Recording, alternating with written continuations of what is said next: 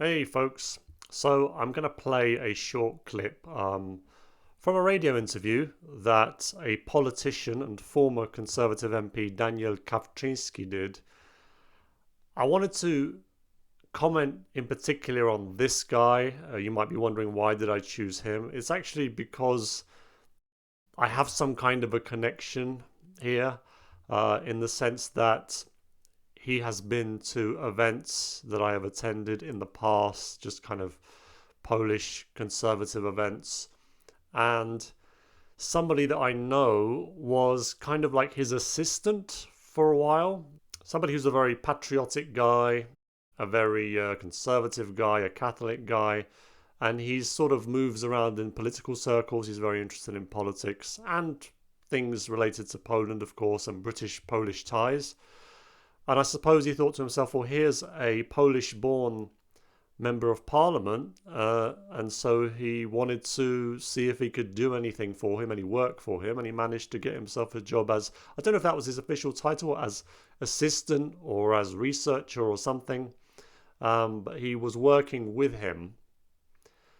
And then at some point, I'm going to guess that he realized, or somebody told him, that Daniel Kawczynski was actually, in a relationship with a guy. I suspect if he'd have known that, he wouldn't have worked with him. Unless he did know it and he was just sort of looking the other way, I don't know. But Daniel Kawczynski had this interview, and he said this thing that I just felt I needed to comment on. It's not an interview he's just had, it was a few years ago, but let me play this interview for you and point out the part where he talks, to be quite honest, absolute nonsense.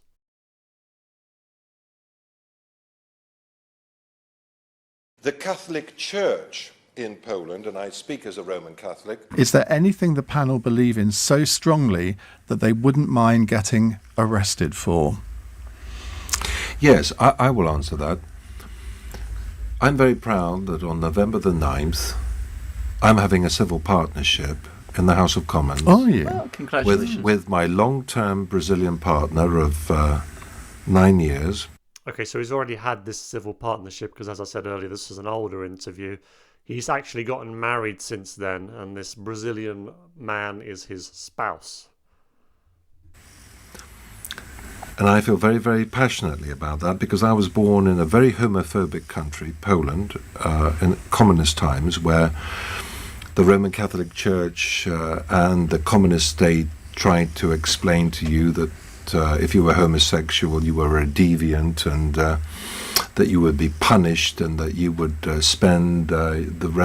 you would go to hell for being homosexual. Even though communists don't believe in hell. Even though communists don't believe in hell. Okay, so this is just incorrect, because the Polish Catholic Church would not say that you're going to hell if you're a homosexual, i.e.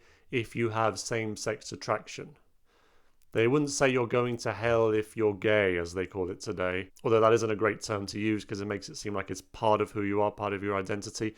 But they would not say that you're going to hell if you happen to be attracted to people of the same sex. So he's making that up. They would never have done that. But then after this, the lady sitting next to him decides to chime in. So she doesn't even understand what he's just been saying. So he said the Catholic Church, that was very repressed and quite persecuted by the communists, was doing this. It was telling people who were gay that they're going to hell. And then she says, even though communists don't believe in hell.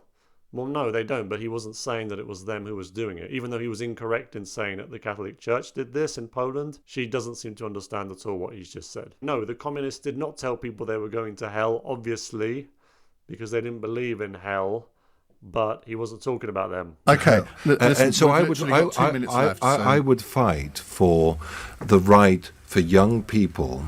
I would die for the right of young people to know and to be confident in their sexuality, and not to be threatened or punished or blackmailed about their sexuality. Well, So there we are, Daniel Kawczynski for you. That's quite the hill to die on. He would die for the rights of people to be able to live homosexual lifestyles, as he's doing. Leave your comments, folks. I do like to read through them. I hope you enjoyed the video, and of course, have yourselves a blessed day.